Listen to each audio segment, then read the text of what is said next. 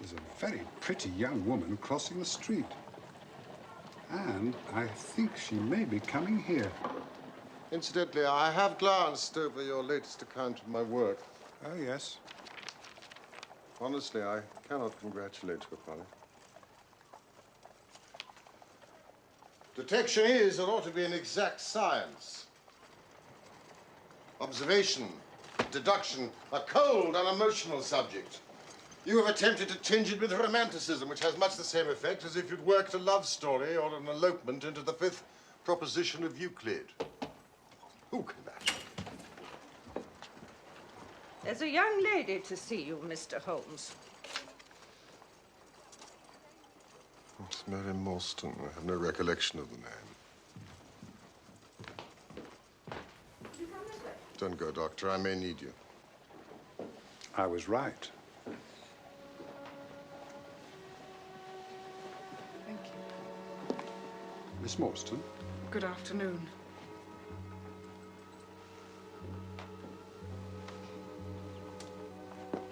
I've come to you, Mr. Holmes, because you once enabled my employer, Mrs. Cecil Forrester, to unravel a minor domestic complication. She was much impressed with your kindness and skill. Thank you.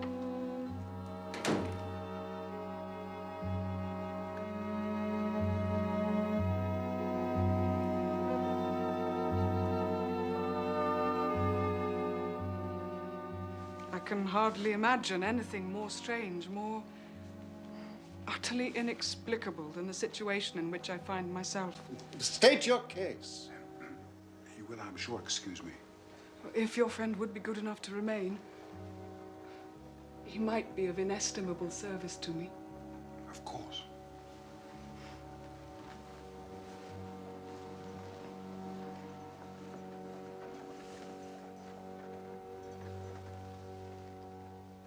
Briefly, the facts are these. My father was an officer in an Indian regiment.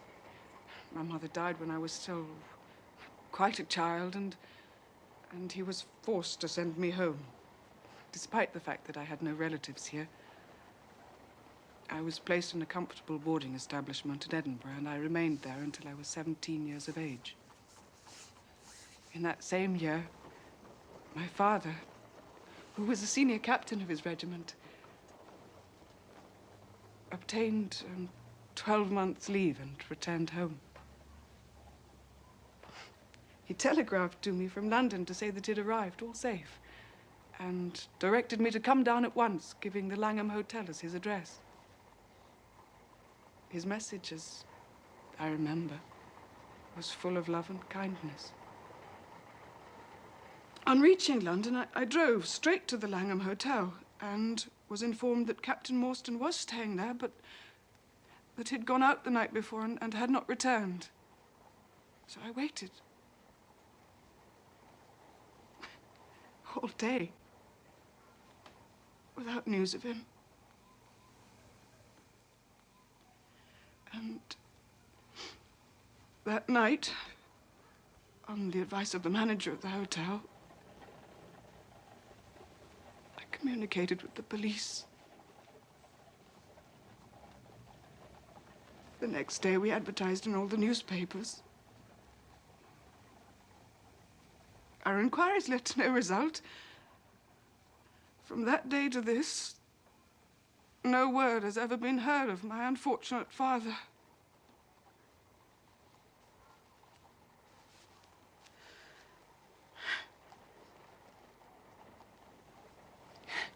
He came home with his heart so full of hope to find some peace, some comfort, and instead...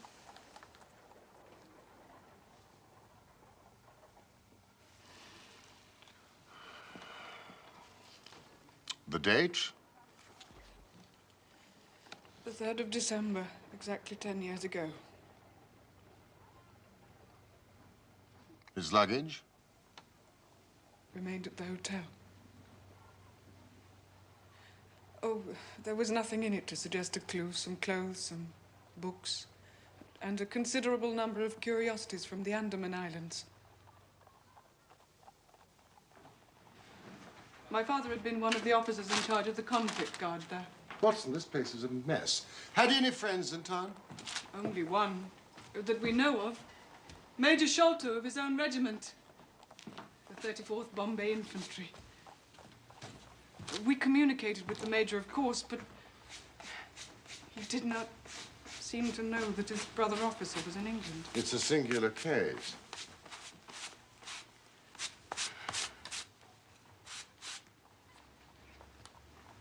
I have not yet communicated to you the most singular part.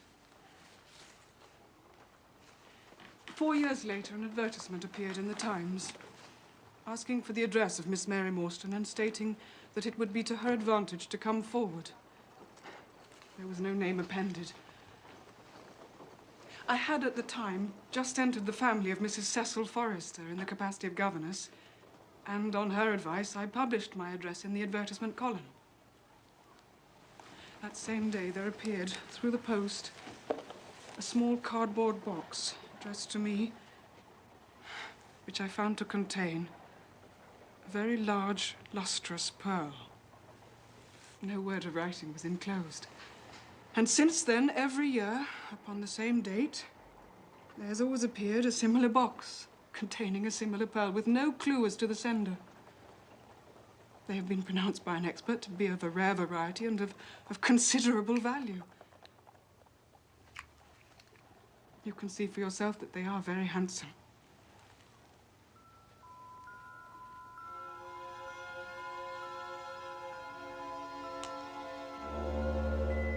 Your case is most interesting. Something else has occurred to you. Yes, and no later than today. That is why I have come to you. This letter arrived through the post this morning, which you will perhaps read for yourself. Envelope, please. London postmark, October 7. Man's thumb mark on corner. Probably postman. Best quality paper. 6p a packet. Particular man in his stationery. Watson. Be at the 3rd pillar from the left, outside the Lyceum Theatre tonight at 7 o'clock. If you're distrustful, bring 2 friends. You are a wronged woman and shall have justice. Do not bring the police. If you do, all will be in vain. Your unknown friend. Well, really, this is a very pretty little problem. What do you intend to do, Miss Morstan? Well, that is exactly what I want to ask you. Why, then you and I shall go together. What? Dr. Watson is the very man. Your correspondent says 2 friends. But would he come? I shall be proud and happy if I can be of any service. Oh, you're both very kind. I've led a retired life and have no friends whom I could appeal to. If I'm here at 6, it will do, I suppose. Yes, but you must not be later. Goodbye, Miss Morstan. Goodbye, Mr. Holmes. Au revoir. Au revoir.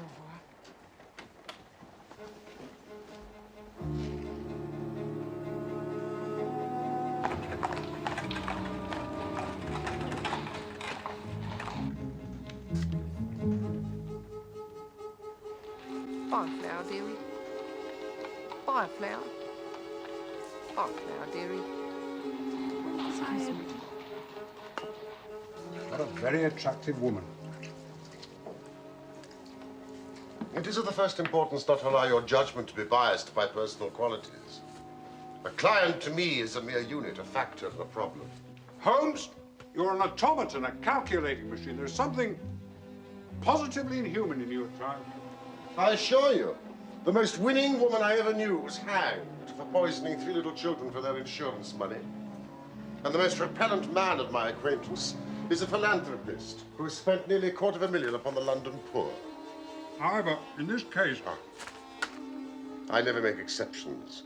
An exception disproves the rule. I'm going out. I'll see you in an hour.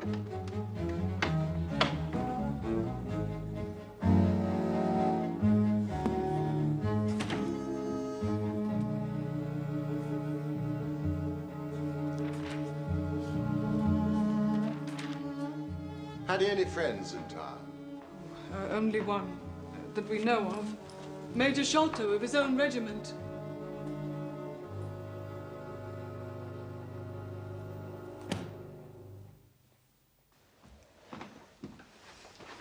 There's no great mystery in this matter. The facts appear to admit only one explanation. Oh, you solved it already? I found on consulting the back files of the Times that Major Sholto of Upper Norwood, late of the 34th Bombay Infantry, died just 6 years ago. Mrs. Hudson, you're dreadfully underfoot. I may be very obtuse, Holmes, but I fail to see what this suggests. Really? You surprise me. Then look at it this way, then. Captain Morstan disappears. The only person in London whom he could have visited is Major Sholto. Major Sholto denies having heard that he was even in London. 4 years later, Sholto dies. Within a week of his death, Captain Morstan's daughter receives a valuable present, which is repeated from year to year, and now culminates in a letter which describes her as a wronged woman. Now, what wrong can it possibly refer to except this deprivation of her father? Take pleasure. Go. And why should these presents begin immediately after Sholto's death, unless it is that Sholto's heir knows something of the mystery and desires to make compensation? Are you ready, Watson? And waiting. Have you any alternative theory that will meet the facts? What strange compensation, and how strangely made. What time is it? It's a little past the hour.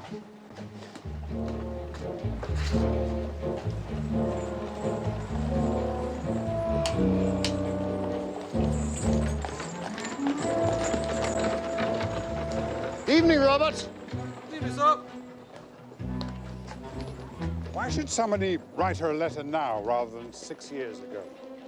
Again, the letter speaks of giving her justice. What justice can she have? It is too much to suppose that her father is still alive, and there is no other injustice in her case that you know of. There are difficulties, but there are always difficulties.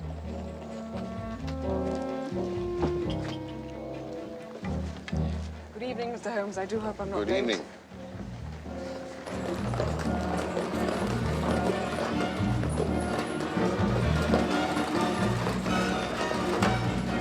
By the way, a curious paper was found on Papa's desk, which nobody could understand.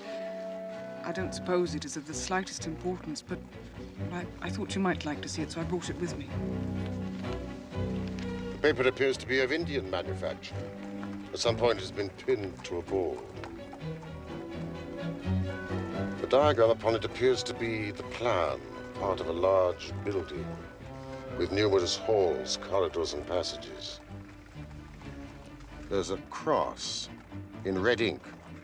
And beside it is written 3.37 from left. There is a curious hieroglyphic, the sign of fall. Kata Singh, Indrajit Singh, Jagadish Singh, Jonathan Small. The paper has been kept carefully in a pocketbook. The one side is as clean as the other. It was in his pocketbook that we found it. Preserve it carefully, Miss Morstan. I begin to suspect that this case may be much deeper and more subtle than I had at first supposed.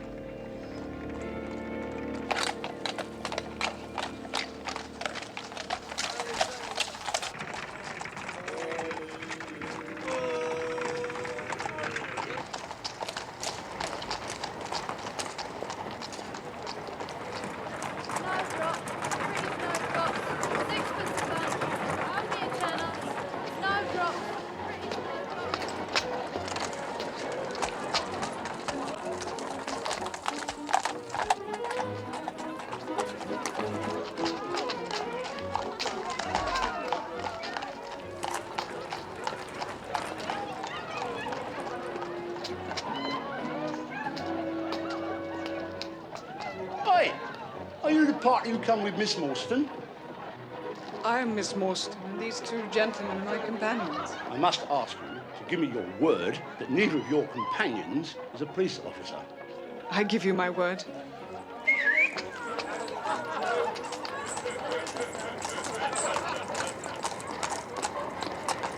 What about some snow drops for the ladies, sir?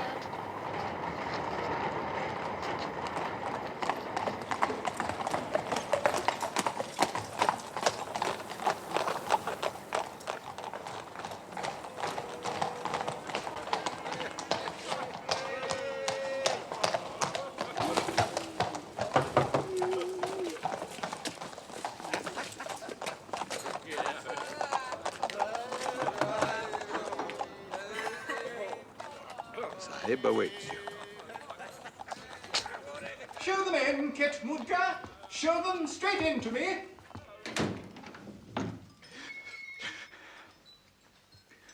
Your servant, Miss Morstan. Your servant, gentlemen. Come in to my little sanctum. I trust you have no objection to tobacco smoke. The balsamic odor of Eastern tobacco. I am a little nervous, and I find my hookah to be an invaluable...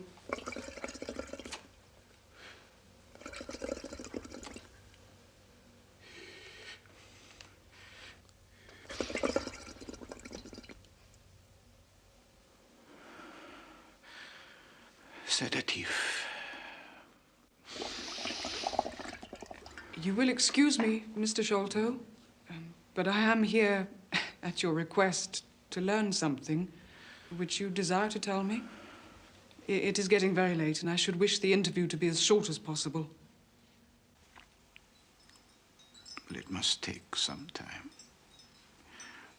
For we have to go to Norwood to see Brother Bartholomew. We must all see if we can get the better of Brother Bartholomew. He is angry with me for taking the course that has seemed right to me. You cannot imagine what a terrible fellow he is when he is angry. If we are to go to Norwood, it would perhaps be as well if we were to start at once. No. No, that would hardly do. I don't know what he would say if we came upon him in that sudden way. No, I must prepare you by showing you where we all stand. To each other. I must lay the facts before you, as I know them myself.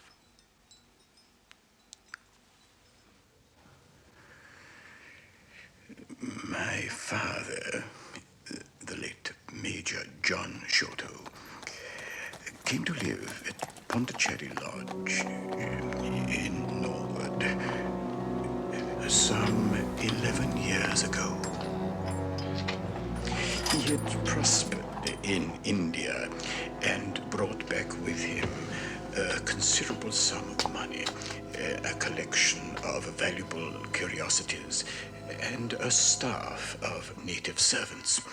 With these advantages, he lived in great luxury.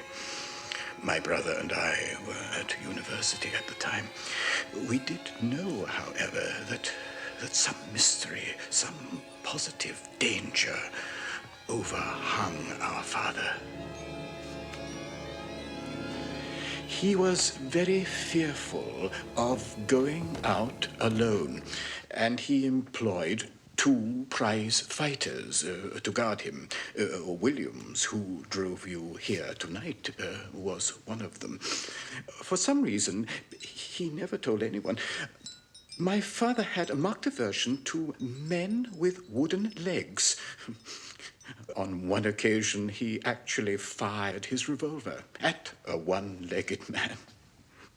A harmless tradesman, as it turned out.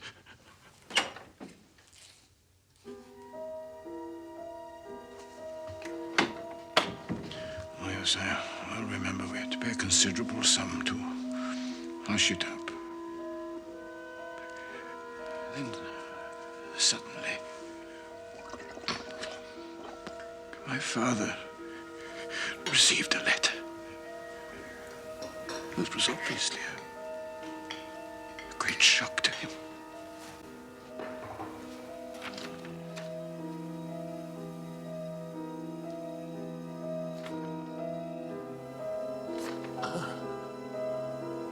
Out! Out of the room! Out of the room!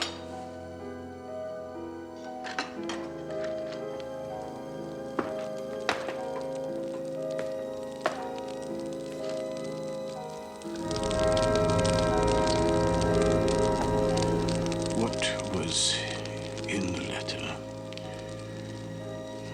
we could never discover. For years, my father had suffered with an enlarged spleen, and from that moment on, he became rapidly worse. But one night, the doctor informed us there was no hope, and that he wished to make a last communication to us. My dear son,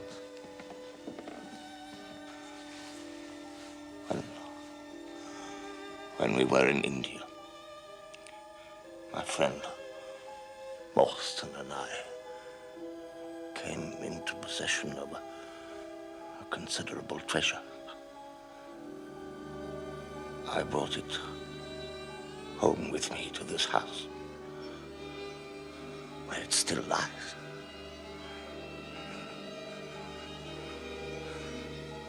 On the day that Morstan arrived home from the east, he came straight to this house to claim his share. We gave our word, Sholto. A promise! We gave our word and our oath. Stop babbling, man. Another life, another world. A solemn promise. If you tried to betray me, Morstan, if you dare to cross me, My God! The man is dead now, Chowder! You have nothing to fear, sir. I will arrange everything. And so it was done, Miss Morstan. In secrecy, of course, but with respect. This is disgraceful, Mr. Sholto. Your father's behavior was quite unforgivable. Please, Doctor. I knew in my heart that he was dead. My father was not a well man. I'm only glad he did not suffer. You're very brave, Miss Morstan. What concerns me now is the reason for this quarrel. I cannot imagine how my father came to be involved with that treasure. I'm afraid that is not clear to me, Miss Morstan. I can only tell you my father's instructions concerning it. My Even those treatment levels were honest. of poor Morstan's orphan.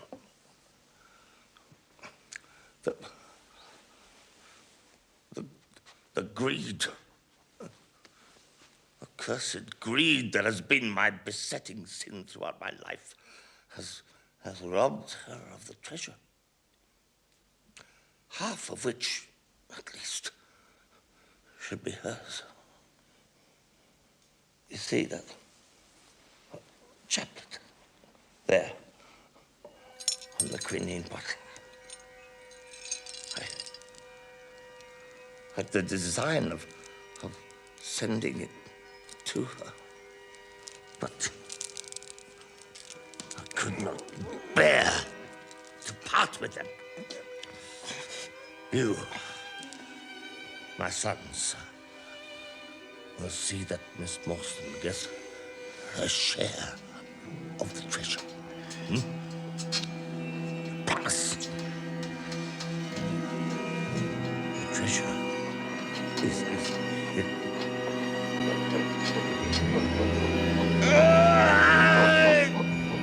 Get him away!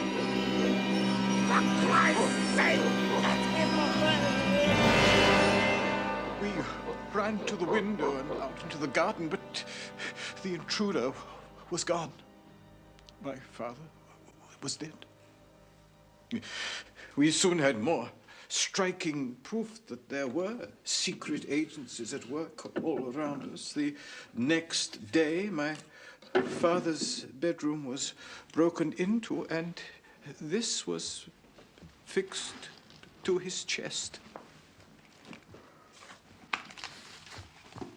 Remarkable. It is the Sikh symbol for the numero 4.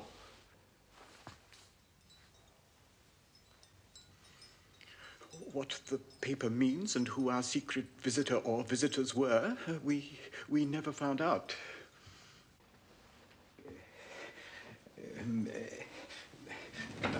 My brother and I were much excited, as you can imagine, of the treasure my father had spoken, but try as we might, we couldn't find it. It was maddening to think that the hiding place was on his very lips when he died. We could judge the splendor of the riches by the chapelet that he had taken out. The pearls were evidently of great value, and my brother was averse to part with them, for between friends, he was a little inclined to my father's fault. And it was all I could do was to persuade him to allow me to send Miss Morstan a detached pearl at regular intervals so that she would not feel destitute. It was a kindly thought. Oh. It was very good of you. We were your trustees. That was the way I looked at it, although my brother did not altogether see it in that light. We had plenty of money ourselves. It would have been in such bad taste to have treated a young lady in so scurvy a fashion. Yesterday, an event of extreme importance occurred.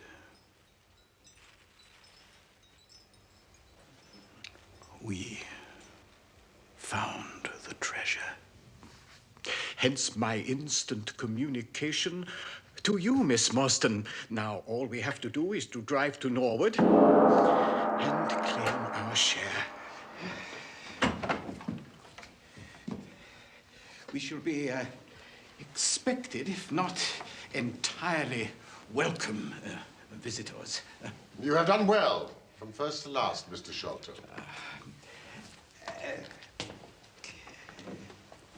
My health is somewhat fragile. I am compelled to be a valetudinarian. Please.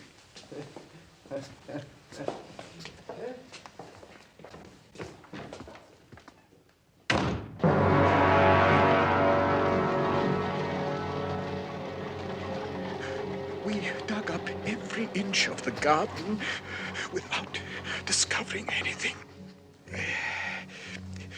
Brother Bartholomew is such a clever fellow. Do you know how he found out where the treasure was? Tell me. He made measurements everywhere, all along the top, along the side, inside, and he found out he was 4 foot out at the top. We found our father had made a false room, and so we smashed through the lath and the plaster, and there was the treasure chest lying across the rafters. He has computed the value of the treasure to be more than 500,000 sterling. So Mrs. Bernstone.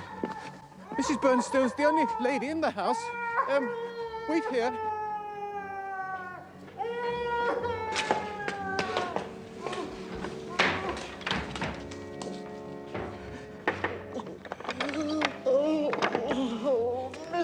Thaddeus, I'm so glad you've come.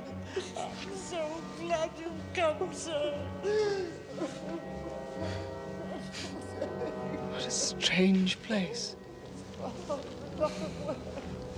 Looks as if all the moles in England have been let loose in it. There's something amiss with Bartholomew. Into the house! I'm frightened. My nerves won't stand.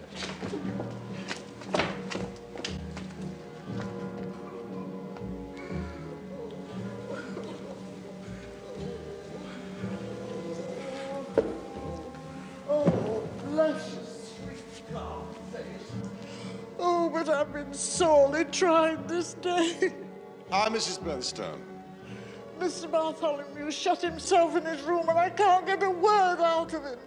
His bed hasn't been slept in and he hasn't been down for any food. I dare not disturb him at his work. You know what he's like when it's at his work. Look after her, Miss Morstan.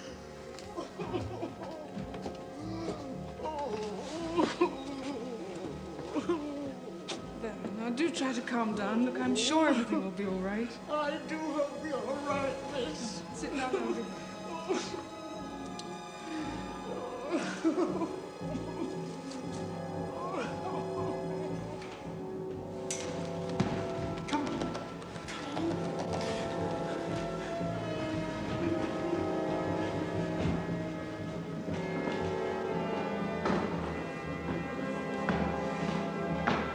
Which is the door?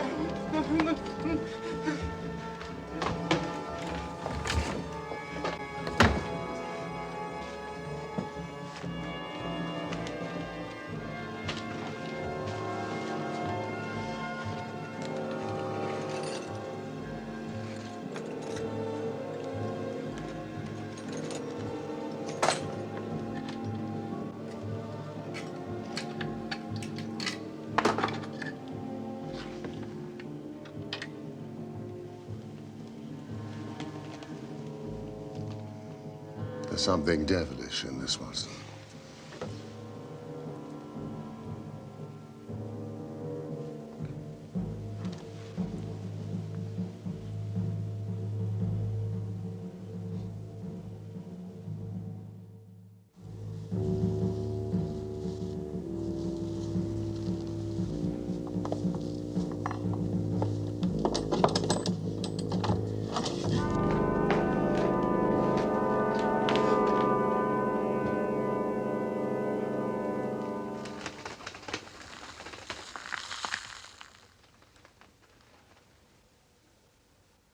The sign of 4 again.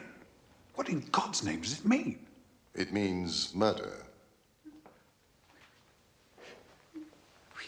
We brought the treasure down there last night. We put it there. Now it's gone. What time was that? I don't know. 6 or 7 o'clock. I heard him lock the door after I left.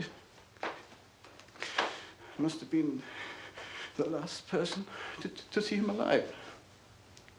And now he's dead.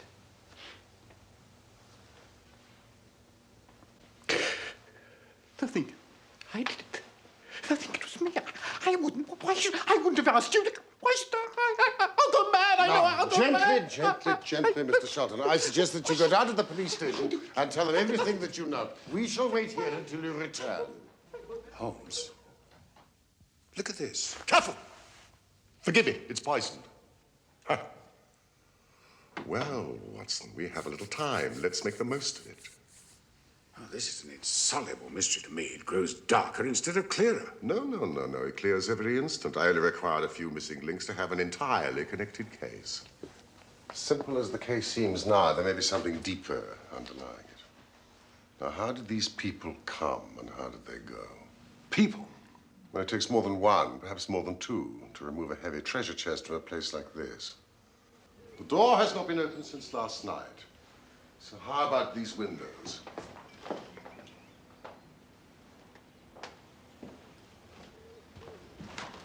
Snibbed on the inside. No hinges, therefore. Roof quite out of reach, no drain pipe near. And yet someone has entered this way. Look, Watson. See that scuff on the sill?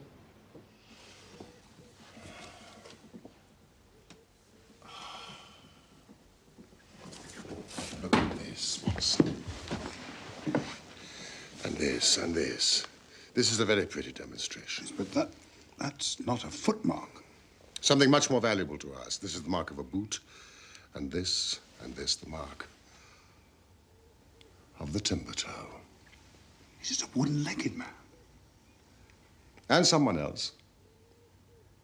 A very able and efficient ally. Could you scale that wall, Watson?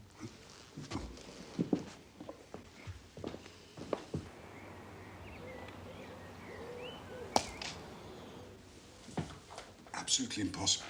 Unaided, it is so. But suppose you had a friend who lowered you this good stout rope, securing it first to this ring. I think if you were an active man, you'd be able to swarm up, wooden leg and all. You would depart, of course, in the same fashion, and then your friend would pull up the rope, close the window, snip it on the inside, and depart in the manner he originally came. Well, the thing grows more unintelligible than ever. How about this mysterious ally? How did he get into the room? Yes, this ally. He lifts this case from the regions of the commonplace. Well, the door is locked, the window inaccessible. The grate's too small. How then? You will not follow my precept. How often have I said to you that once you have eliminated the impossible, whatever remains, however improbable, must be the truth.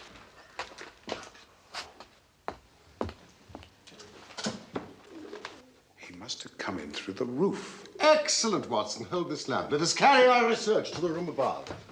The secret room in which the treasure was found.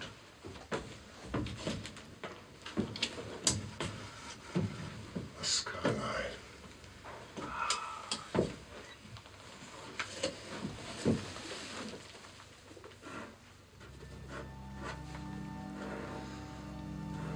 Holmes, a child has done this horrid thing.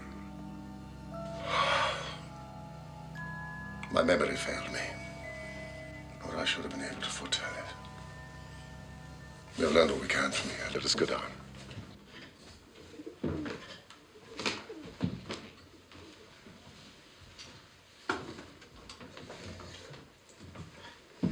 What is your theory about those footmarks?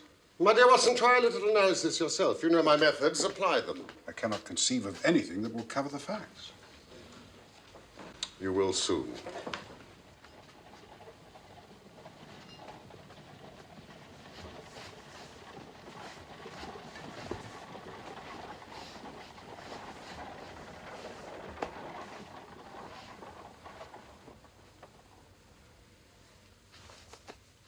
We're in luck.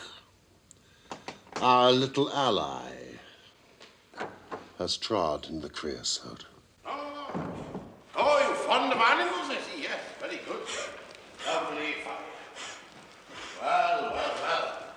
Well, quite a nice little place you've got here. Indeed. That is the accredited representatives of the Lord, unless I'm very, very much mistaken. Now, Watson, before they come, what do you make of this poor fellow? The muscles are as stiff as a board. A state of extreme contraction, far exceeding the usual rigor mortis. Quite so. Coupled with this distortion of the face, the Hippocratic smile. Rhesus Sardonicus, as the old writers call it. What would that suggest to your mind? Death from a powerful vegetable alkaloid, some strychnine-like substance that produces tetanus. Well, to the right. Come along, gentlemen, to the right. Up this stair.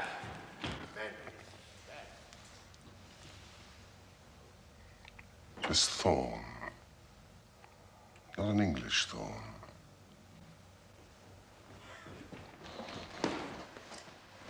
I think it is not right that Miss Morstan remain in this stricken house. I suggest you slip away and take her home, Watson, and then go on to 3 Pinchin Lane, Lambeth, and ask for Toby. 3 Pinchin Lane. I'd rather have Toby's help than that of the whole detective force of London. Well, here's a pretty business. Place is as full as a rabbit warren. I think you may recollect me.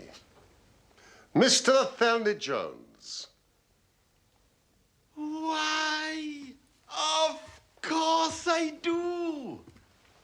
Mr. Sherlock Holmes, the theorist. I'll never forget the way you lectured us all about the Bishopgate jewel case. True, you set us on the right track then, but I think you'll own now it was more by good luck than good guidance. It was a piece of very simple reasoning. Oh, come now, come. Never be ashamed to own up. But, what is all this? It's a bad business. Bad business.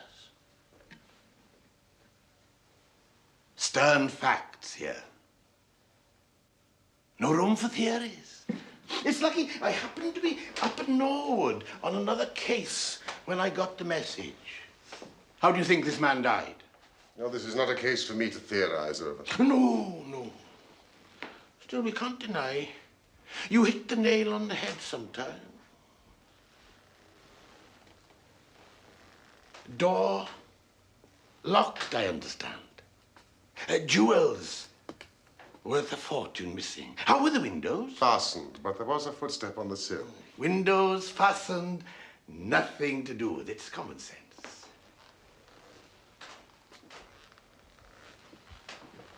Man could have died in a fit, I suppose. Ah, I have a theory. These flashes come to me sometimes. Sergeant, outside of you, please. And you too, Mr. Sholto.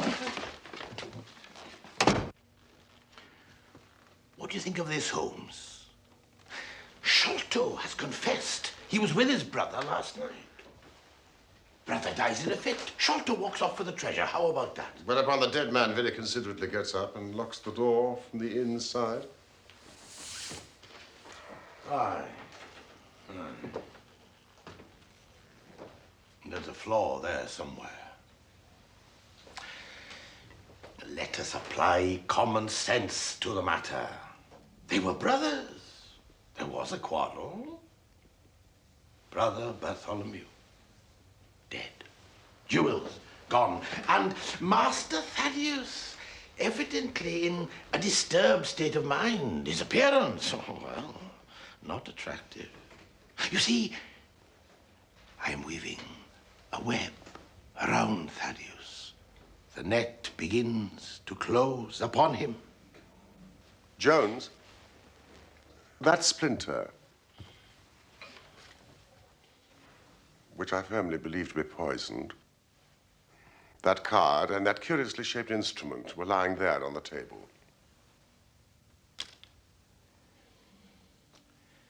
Confirms my theory in every respect. The house is full of Indian curiosities. All points to Thaddeus.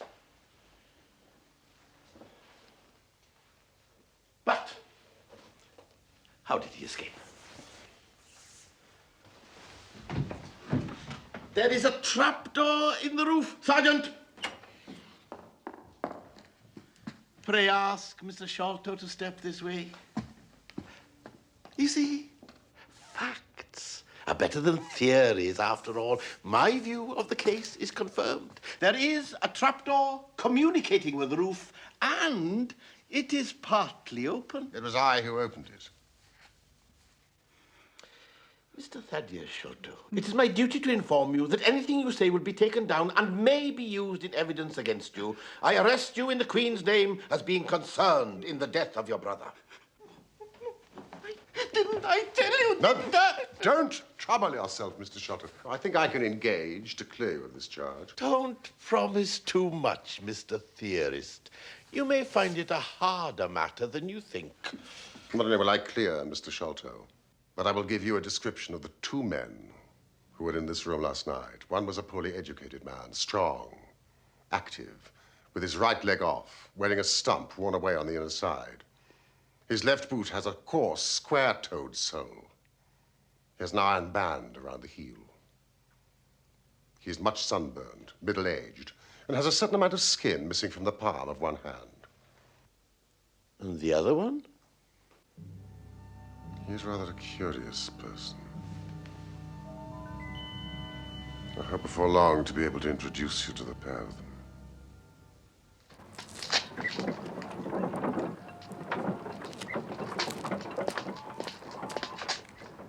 Watson, go to 3 Pinchin Lane, Lambeth, and ask for Toby.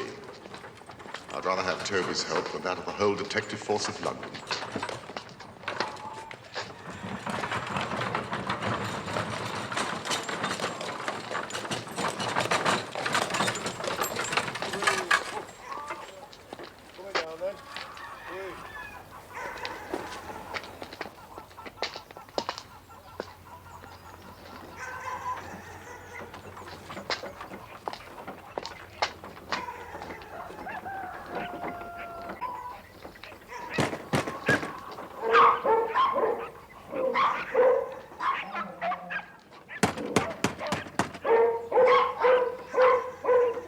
Mr. Toby! Mr. Toby? Mr. Toby? Get out of it, you drunken hooligan. Go on, get out of it, or I'll turn my dogs on you, all 43 of them. I'm looking for Mr. Toby. Oh, I've got a wiper in this bag, and I'll tip it out over your head if you don't hook it. It's urgent that I find him. I won't be argued with. 1, 2, 3, and down comes the Sherlock wiper. Holmes. I've come for Mr. Sherlock Holmes.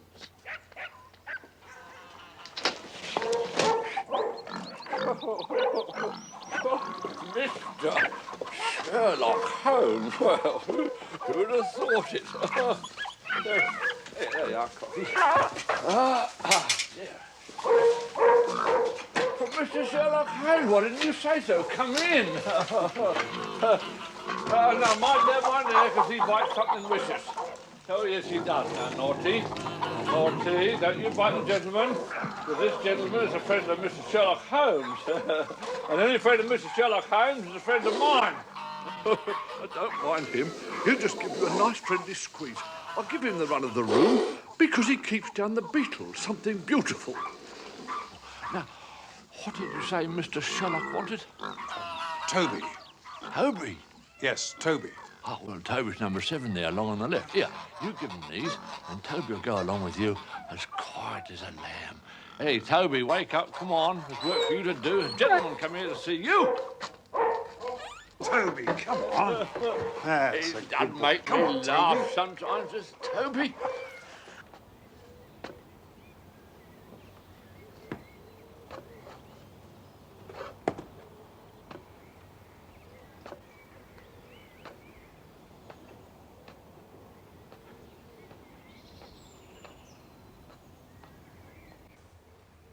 Come on, Toby. Come on. Come on, officer.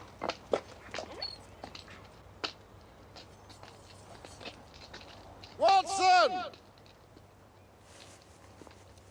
It's all right, officer. It's Mr. Holmes. Coachman. Come on, Toby.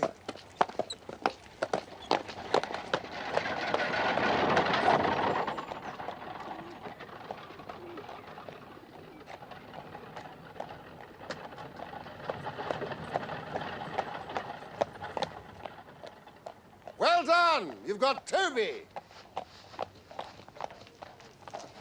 Come on. Well, here comes Blondin. I'm coming down.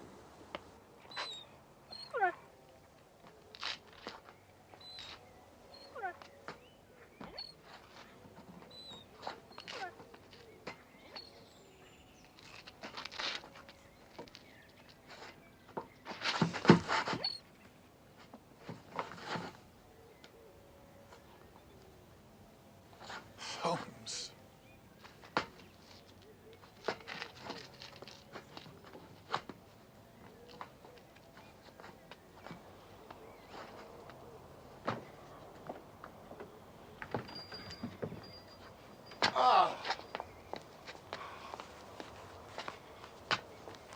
please, Watson.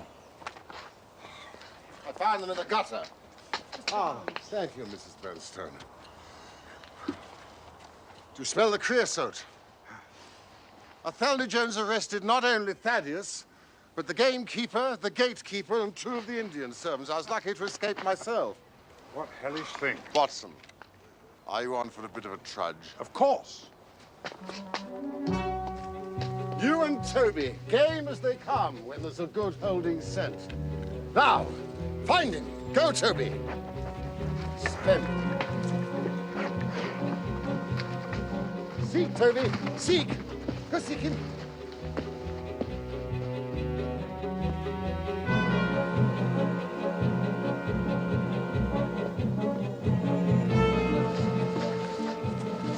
Splendid, Watson. Splendid.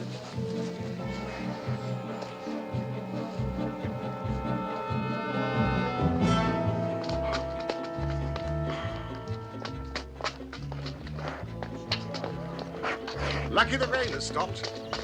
The scent will lie on the road in spite of their start.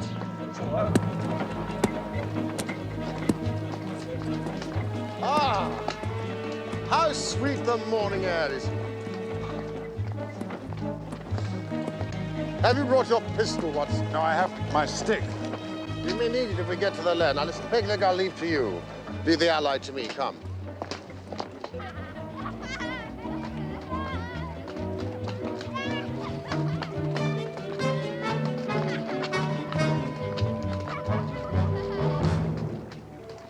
Now, what the deuce is the matter with the dog?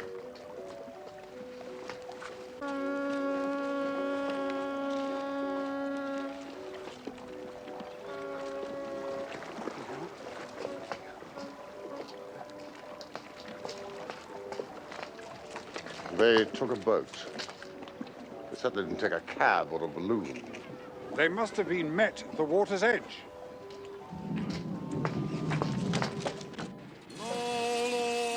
Toby! Toby! Toby!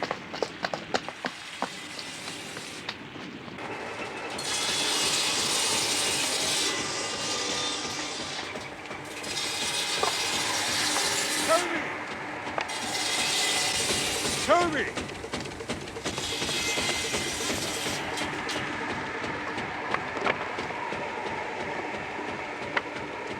He's lost his character for infallibility. No, no, no, no. Toby's not to blame. Those barrels are filled with creosote. The scent is divided. So, like good huntsman Watson, we must cast the dog again and find the true one. Toby! Toby!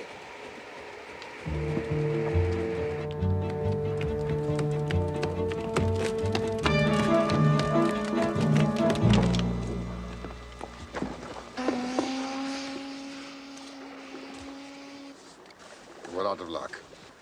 They've taken a boat from here. These people are cleverer than I thought.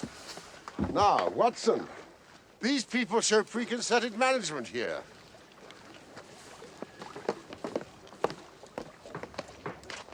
Mordecai Smith. You come back here and have your face washed. Jack! Oh, you young imp. I'll get your dad to give you a proper hiding when he gets back. Why, what a rosy-cheeked young rascal. Is there anything you'd like, Jack? I'd like a shilling.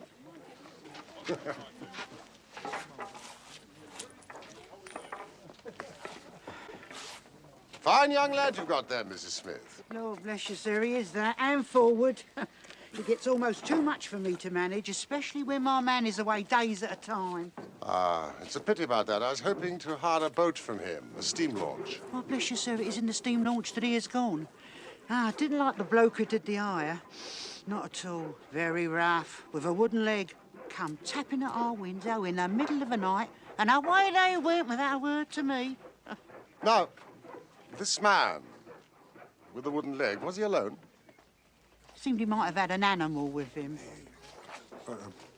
A dog? Didn't look like no dog to me, sir. More like something you find in the zoo.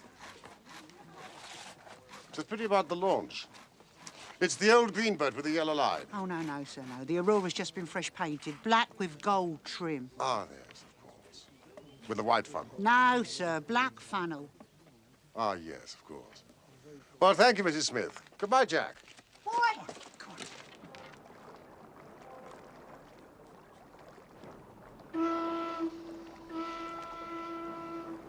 The main thing with people of that sort is never to let them think their information is of the slightest importance to you. If you do, they will instantly shut up like an oyster. Well, our course seems pretty clear now. What did you do then? Well, get on the track of the Aurora. It would take days, if not months, to search every wharf and landing place and yard between here and Greenwich. What do you propose? As our quarry has no reason to fear that he's being hunted, I propose, first of all, a bath. And shave, and then a good meal, and then some hours of sleep. At the same time, mobilizing the Baker Street division of the detective police force. In other words, the irregulars.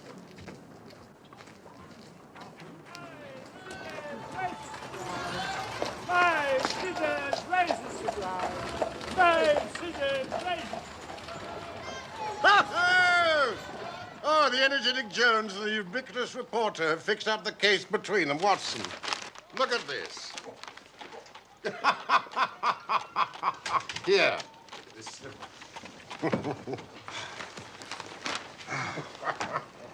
Mr. Jones's trained and experienced faculties were at once directed towards the detection of the criminals.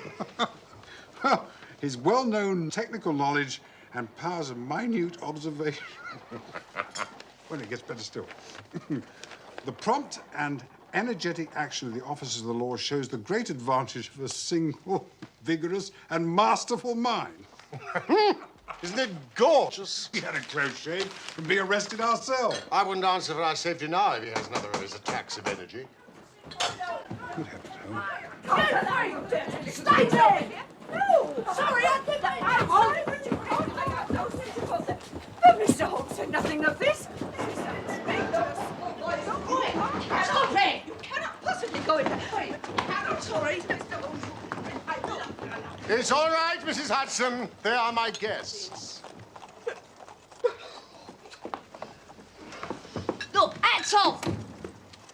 I've got your message. I bought them up sharp. 3 bob and a tenner for the tickets. Now, Wiggins, in future, they can report to you and you to me. I cannot have the house invaded in this way. Oi, stop that. Hey! Sorry. Now, I want you to find the steamboat Aurora. Aurora. Owner, Mordecai Smith. Black with gold trim. Richmond to Gravesend, both sides of the river. Right, sir. How much? Old scale of pay. A guinea to the boy who finds the boat. Here is a day in advance.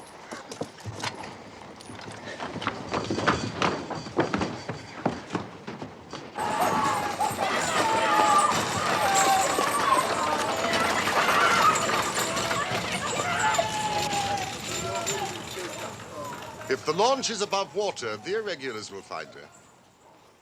They can go everywhere, see everything. If our man had an easy task, this of ours ought to be. Wooden-legged men are not so common, and this other man must be unique. The Aborigines of the Andaman Islands may perhaps claim the distinction of being the smallest race upon this earth. They are a fierce, morose, and intractable people. They're capable of forming the most devoted friendships when their confidence has once been gained. They have always been a terror to shipwrecked crews, braining the survivors with their stone-headed clubs or shooting them with poisoned arrows. These massacres are usually concluded by a cannibal feast.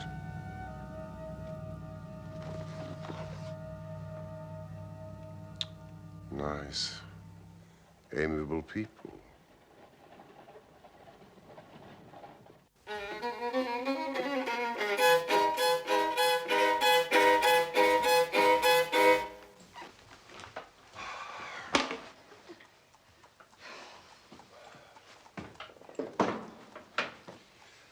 And what time would you like your dinner, Mr. Holmes? 8:30, the day after tomorrow.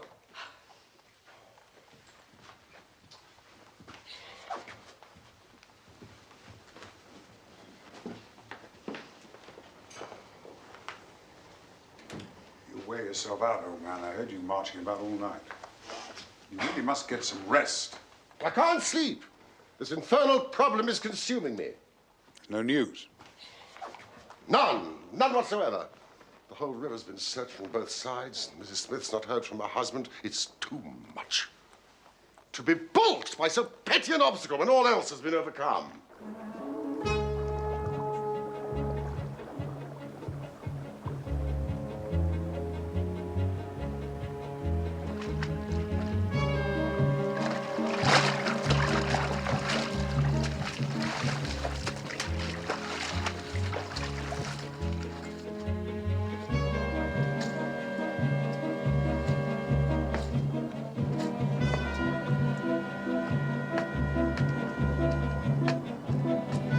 See anything? No, nothing.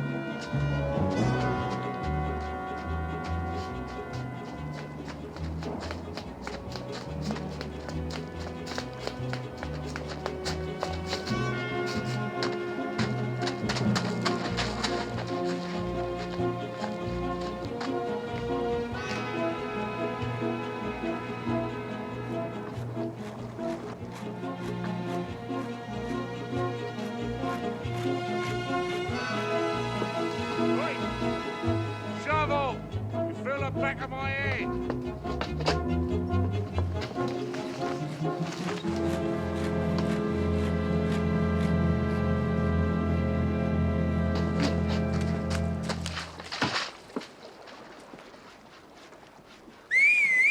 I won't kill you again, boy. Oi!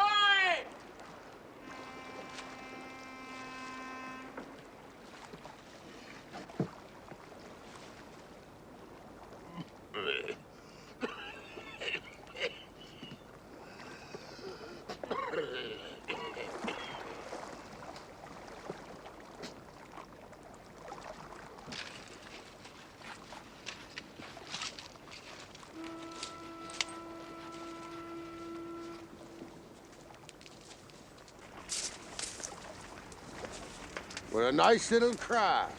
Aye. This is a good boat, this. We built her here in this yard. Fastest boat on the river. What's she in for? Repairs to a rudder. That's the order. I can't find anything amiss with it. I want her in the water by 6 o'clock tonight. Fully cold and steam up. Right, Mr. Smith, she'll be ready. 6 o'clock sharp, mind. For I've two gentlemen that'll not be kept waiting. Right! It's this Norwood case, Doctor. I've had a great deal to worry and try me. And this case is a very dark one, too. Thank you. I should be most grateful for Mr. Holmes's help. Your friend is a wonderful man and not to be beat. Well, you may be in for a long wait. No, I don't think so. Go to Baker Street at once. If I have not returned, wait for me. I am close on the track of the Sholto gang. Come with us tonight if you want to be in at the kill. Good. So, he's on the scent again. He's been at fault too, has he? Huh? Even the best of us are thrown off sometimes. Oh, that's good. Yes? Sherlock Holmes. What is it? Are you Mr. Sherlock Holmes? No, but I'm acting for him. I've come about this. But if you have any information, you may give it to me. There's a reward. Is that about the steam launch Aurora? I'm telling no one but Mr. Sherlock Holmes. No. Come inside. I'm a police officer. You look like one. No, you will be recompensed for your loss of time. You will not have long to wait. Sit down. Cigar, Mr. Jones. Oh, thank you very much.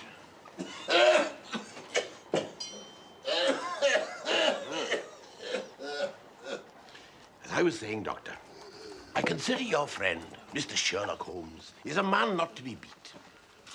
He would have made a most promising police officer, I don't care who knows it, with a little more discipline and a lot less theory. Thank you. You might offer me one.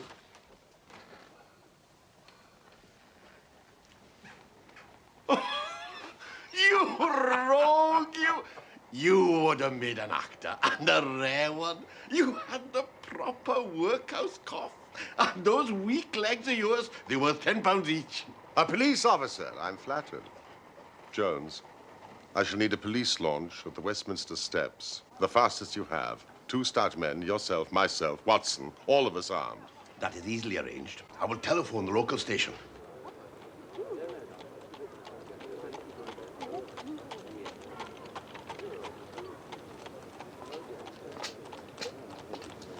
We go to the Tower. Stop opposite Jacobson's Yard.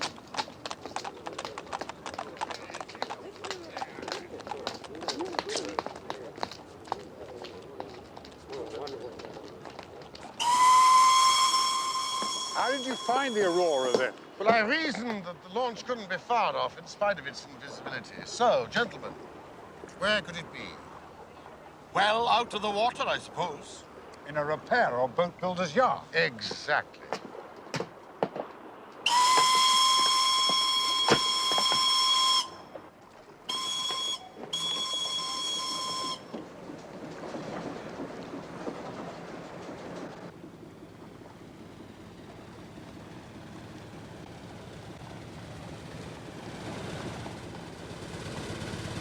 One of my boys is waiting by the yard to give us the signal.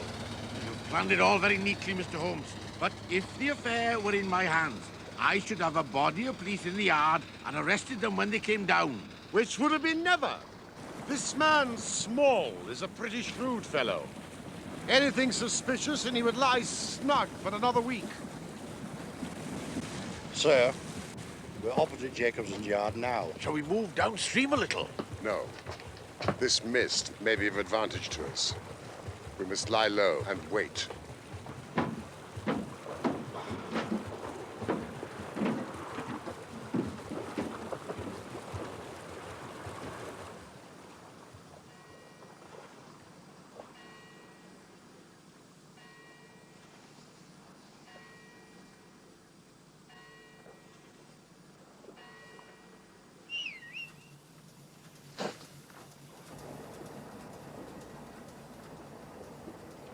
Your boy's signaling!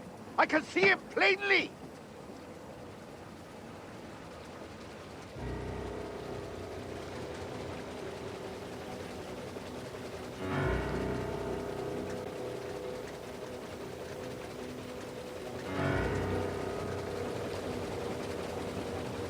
There's the Aurora. Going like the devil. She's very fast. I doubt if we shall catch her. We must catch her. Pile it on, stokers! I'll never forgive myself if she proves to have the heels of us.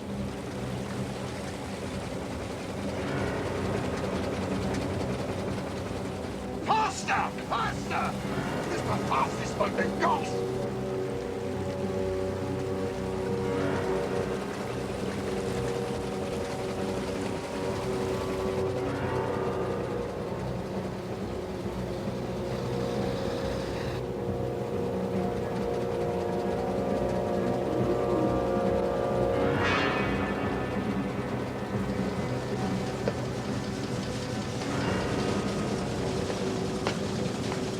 Pile on the coal, stoker!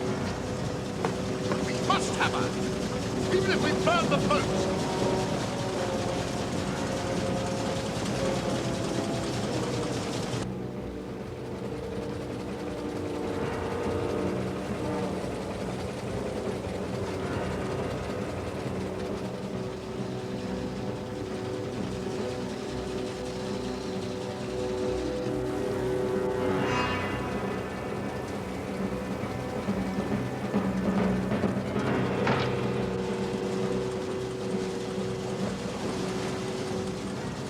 Keep the light steady. I can almost make out his companion.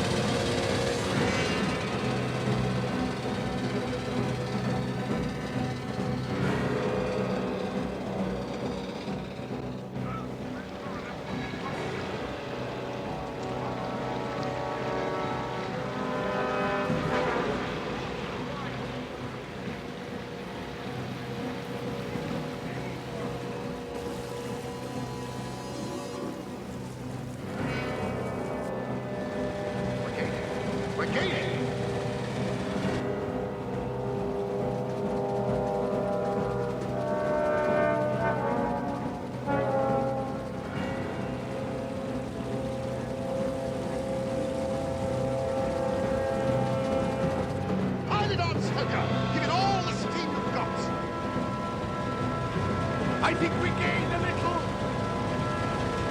I'm sure we shall be up here in a minute.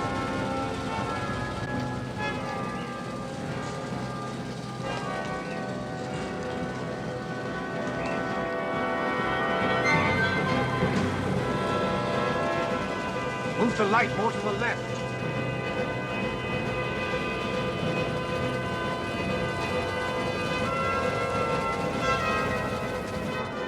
Keep it steady.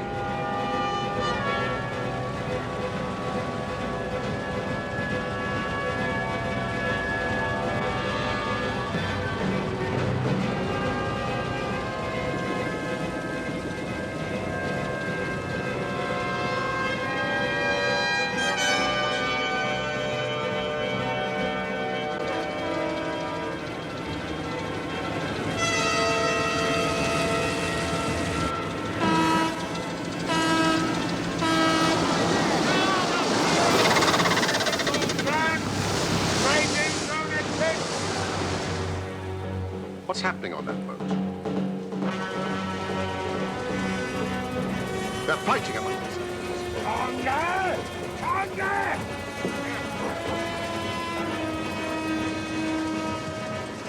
Pegleg. Stop! Police! Heave to! Go burning hell!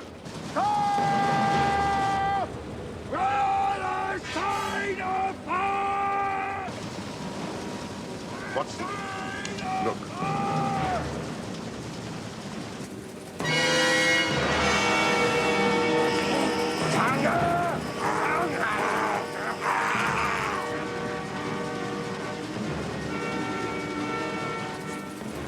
What a face.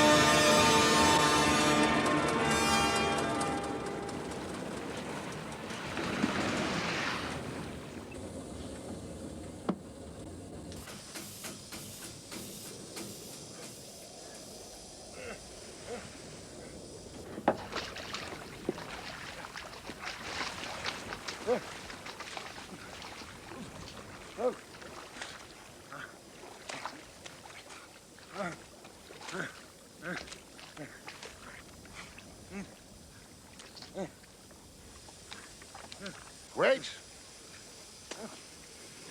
Wait. Let him wear himself out.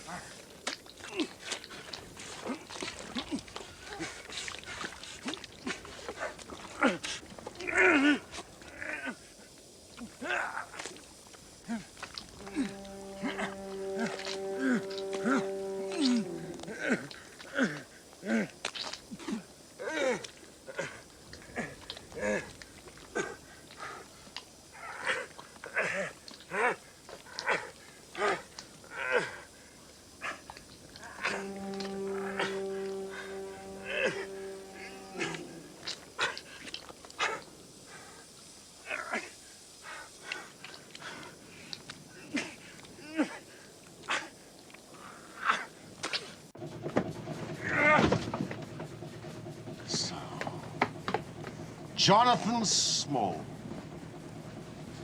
I'm sorry it has come to this. And so am I, sir. And I give you my word, gentlemen, I never laid hands on young Mr. Sholto. Of course you didn't. Your little friend's dart killed him while you were still climbing the rope.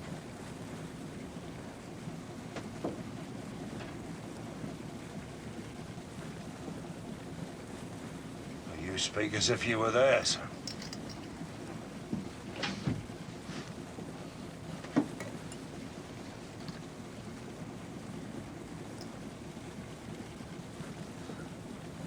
Well, if it had been old Major Sholto, I would have swung for him with a light heart. But to be lagged over this young Sholto was cursed hard. Let's make a clean breast of it. If you do, I may be of use to you. Ah, quite a family party. Huh? I'm just gonna pull that flask myself. Now, how are you going, Small?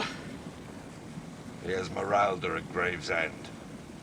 Outward bound for the Brazils. I nearly made it. Another man at the engines and you'd never have caught us. Where's the key, my man? At the bottom of the river. Now, look here. We've had enough of you tonight, Small. Bring the cups in, man, I'm warning you. It's all right, Constable. We're nearly at the steps. I suggest that we go back to Baker Street, and I think Miss Morstan should be there. Well, that's not the regulation way, Mr. Holmes.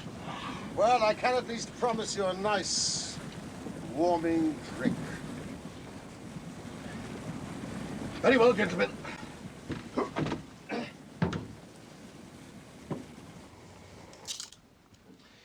Well, Miss Morstan, I am pleased and proud to have been able to bring the thief to justice. Justice? A pretty justice. Whose loot is this if it is not ours? Where is the justice that I should give it up to those that have never earned it? You forget, Small, we know nothing of this matter. We cannot tell how far justice may have originally been on your side.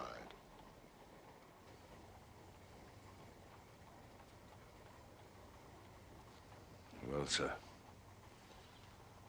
you have been very fair-spoken to me. Though I can see that it's you that I have to thank for these bracelets on my wrist. Still, I bear no grudge for that. If you want to hear my story, I have no wish to hold it back. And what I say to you is God's truth. Every word of it.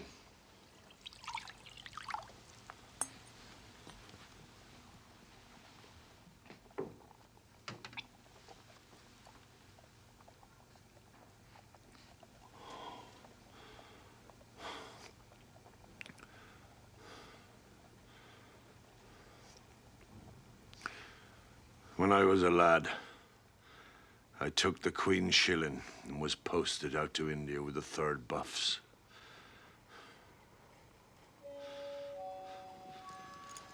A crocodile snapped this off when I was bathing in the Ganges. Well, the sawbones had my stump in the tar barrel nice and quick. I was young and strong. I got my discharge and this fellow.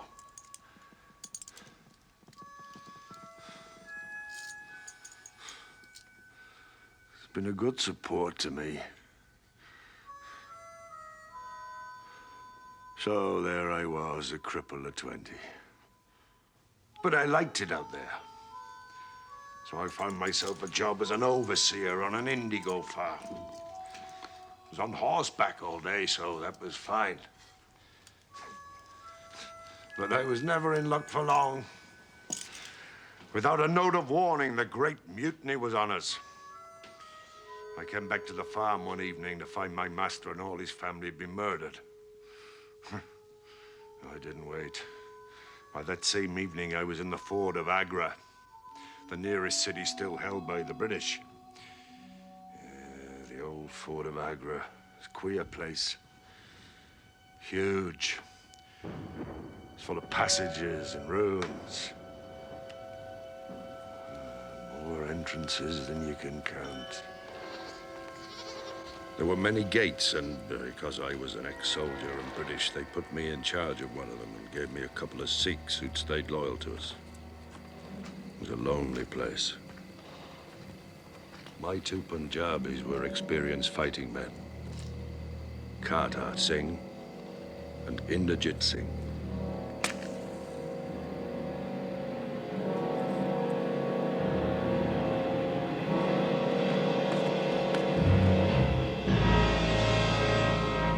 Rebel. No, Sahib. The fort is safe. There are no rebels this side of the river. You must be with us, or you must be silenced forever. With you? How? We want you to be rich, which is why you British came to this land. Well, I have no objection to being rich.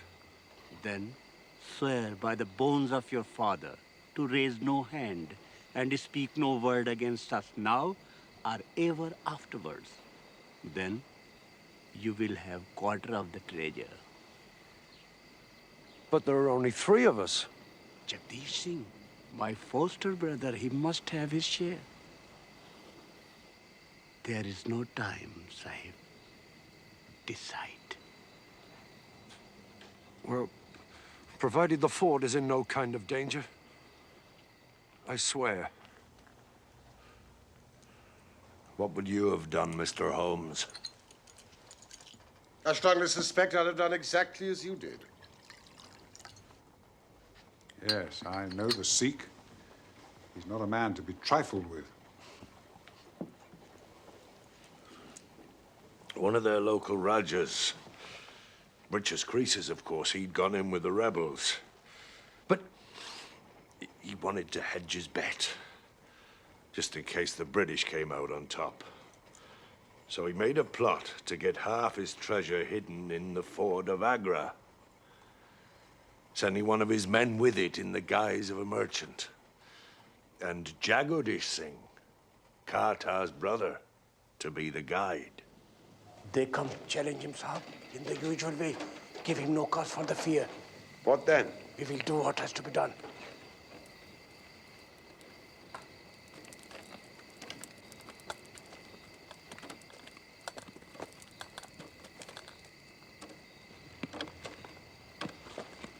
Who goes there?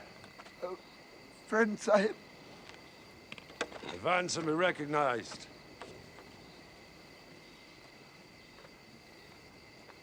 What have you with you? A box, Sahib. Old box. Having some family papers. No good to nobody, Sahib. Only for myself.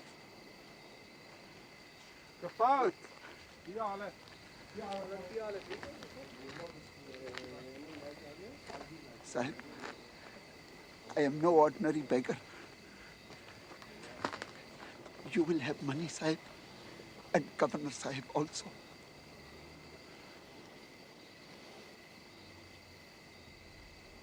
Take him to the main guard room.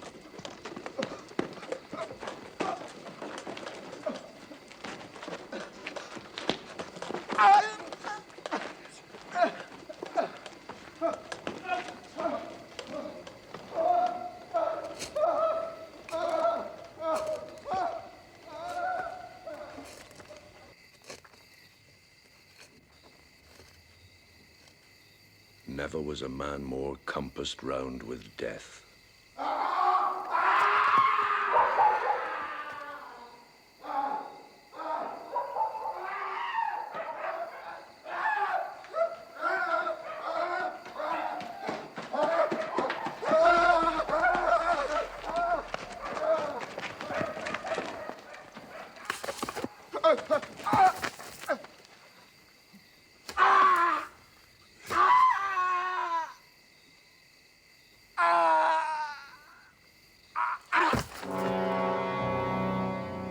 Pac-Man had escaped, the whole affair would have come out. I should have been shot, most like. Which of you would have held back his musket? Kata was for burning him. That's their religion. But such a fire was impossible. Jagadish was for throwing him down into the great ditch below the fort for the jackals to clean up. No doubt he was right. I was for showing some respect for the dead. Then we turned to the box. This box.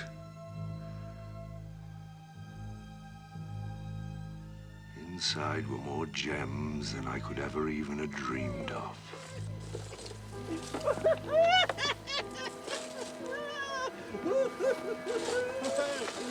143 diamonds of the first water, including the Great Mogul, the second largest stone in existence.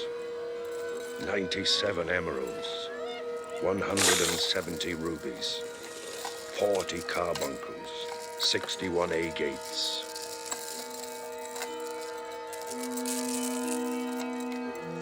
Jagadish was right. It was a great mistake you made, burying the body as you did. Would you not say so, Watson? Yes, indeed. A body not burned in India is soon discovered. So, you and your 3 companions were found guilty and sent away for life to the penal colony on the Andaman Islands. Blair Island, it was, sir. Hope Town. Never was a place worse named.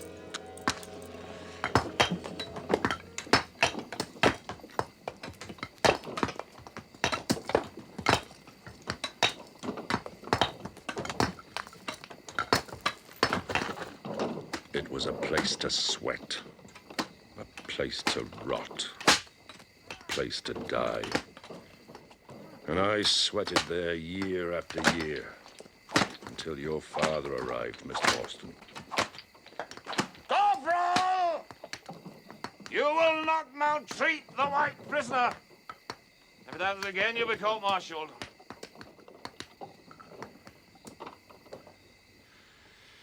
He was our administrative officer, and he gave me a nice, cushy billet in the dispensary.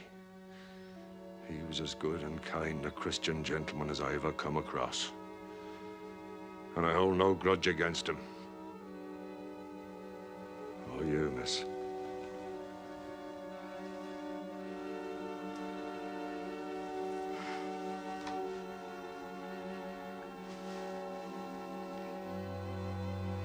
Thank you, Mr. Small.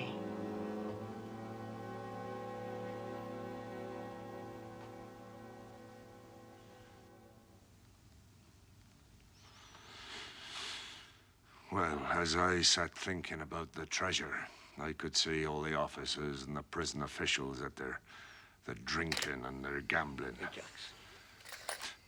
Major Sholto never had much luck. Night after night, he was the loser. Some people are born like that. It's all up with me, Morstan. I'm ruined. I shall have to send in my papers. I don't suppose you could manage another couple of hundred, eh? I've had a pretty nasty facer myself. And I've a daughter back home to support. And I've got 2 wretched sons. Ruined, eh? Damn pity. So, you decided to approach your benefactor, Captain Morstan. He was often in the dispensary. The tropical climate didn't agree with him. His heart was weak and his blood was all poisoned. Knowing that he would wish to share any arrangement with his friend, the officer in command, Major Sholto. Yes, sir. It seemed the safest way. It is your own private concern, over which, of course, you have the power of disposing as you think best.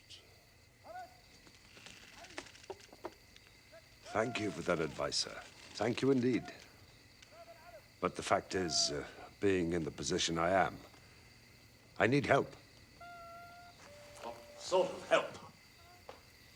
I need a partner. Well, I'm sure Major Sholto and myself would like to help you. If we could. We could at least talk about it. That is, of course, if we can agree as to terms. There's only one bargain a man in my position can make. In exchange for my freedom and that of my 3 companions, we shall give you a 5th share to divide between you. A 5th? That isn't very much. 50,000 at the least. Anyway, how can we possibly give you your freedom? You know, it's impossible. All we need is a boat and provisions. There are plenty of little yachts and yawls in Calcutta or Madras. Well enough to serve our purpose. If only there were just the one of you. None! None or all! We have sworn it. The 4 of us must always act together. Now, Calm yourself, Shelton. Calm yourself. Calm yourself. Think about it, man. Think about it. Small is a man of his word. He will not abandon his friends. I think we may very well trust him. We met the next morning in the small hours. I had our written agreement in every detail. We, being officers in the army of Her Majesty Queen Victoria. We, being officers in the army of Her Majesty Queen Victoria, do swear on the Holy Bible that this agreement will always remain sacred and binding to us. do swear on the Holy Bible that this agreement will always remain sacred and binding to us. I gave each of them a plan showing the position of the treasure. Look at that. Now that brings back memories. Sholto took the next boat to India, found the treasure, and took it back with him to England. Yes. When we had the news, Captain Morstan was as angry as I was. He swore to me he would go home and settle the matter with Sholto.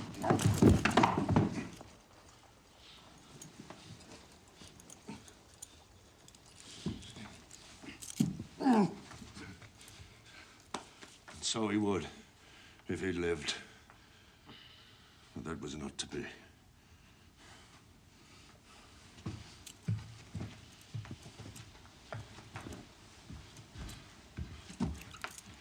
From that day, I lived only for vengeance. I thought of it by day. I nursed it by night. To get to Sholto. To have my hands on his throat. That was my one thought. As luck would have it, one of the islanders had been brought into my dispensary, more than half dead from a snake bite. Well, in common humanity, I did my best for him. Somehow he pulled through and became very devoted to me. A funny little fella. Well, you gentlemen caught a glimpse of him yourselves, no doubt, last night. He was staunch and true as little Tonga.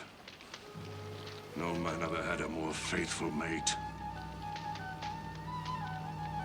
Being by trade a fisherman, he had a goodish-sized native boat, and he agreed to try to escape with me.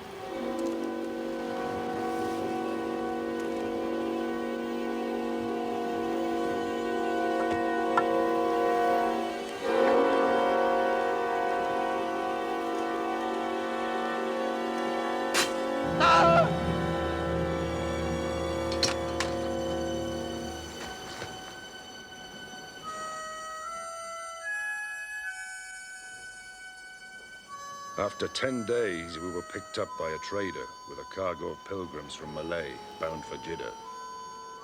After many months, we worked our way across the world to London.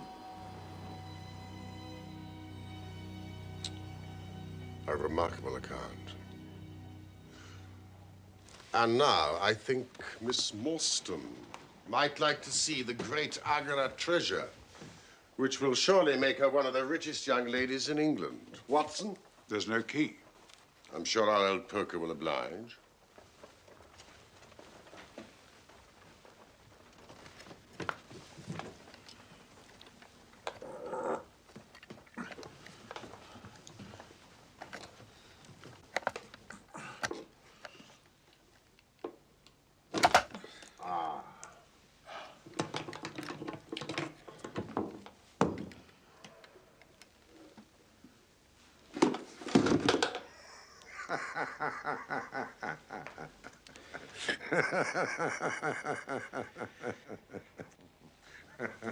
This is your doing, Small.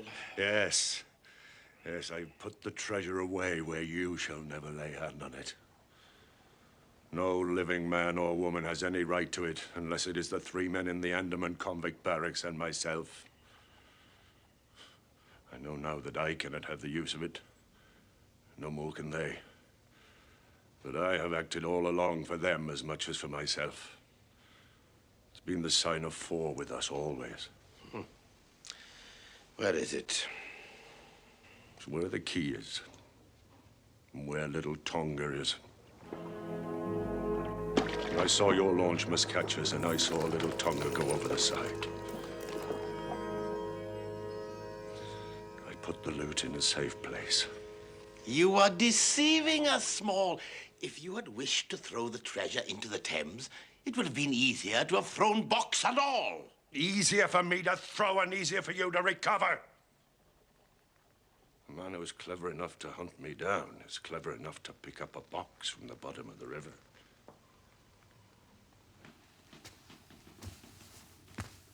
I am sorry. Oh, I'm glad the treasure is lost. It's been nothing but a curse to every man who has owned it. An early death to my poor father.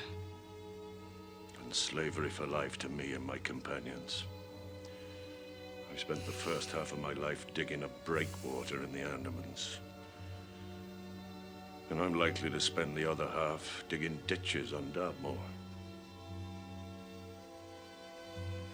Well, Holmes, duty is duty, and I've gone rather far in bringing him here. I shall feel more at ease when I have our storyteller here under lock and key. I am obliged to you for your assistance. Good day to you, Dr. Watson, Miss Morstan.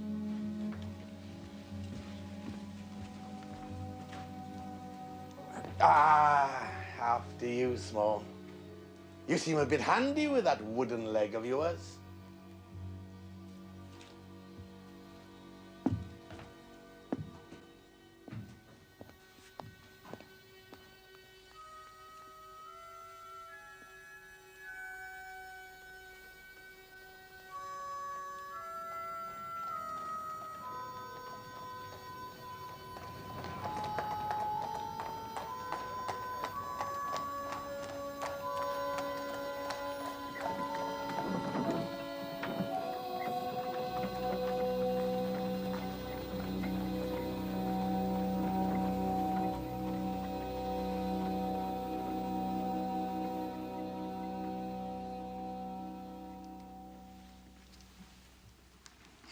I feel most ashamed that you, Mr. Holmes, and you, dear Dr. Watson, have had to put yourselves into such peril on my behalf. Oh, that's all over and forgotten.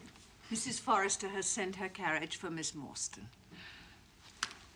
I'll impose on you no longer, gentlemen. You must be exhausted. Yes, I confess the reaction is already upon me. I should be as limp as a rag for a week. I'm so very grateful to you for clearing my father's name. I'm so very grateful to you both.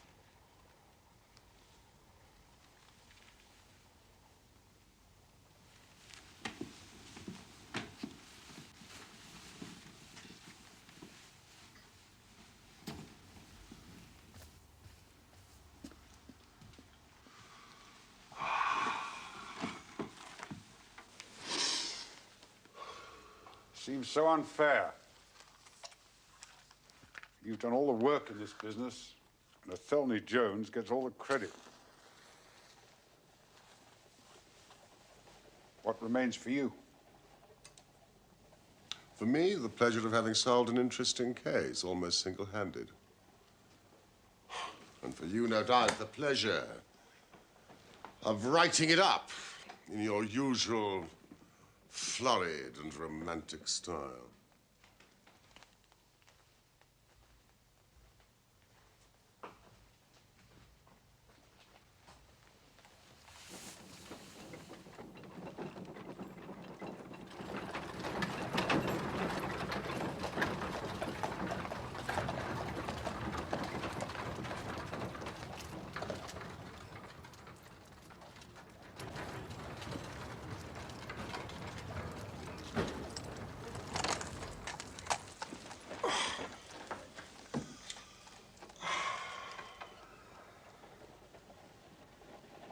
What a very attractive woman. Was she? I hadn't noticed.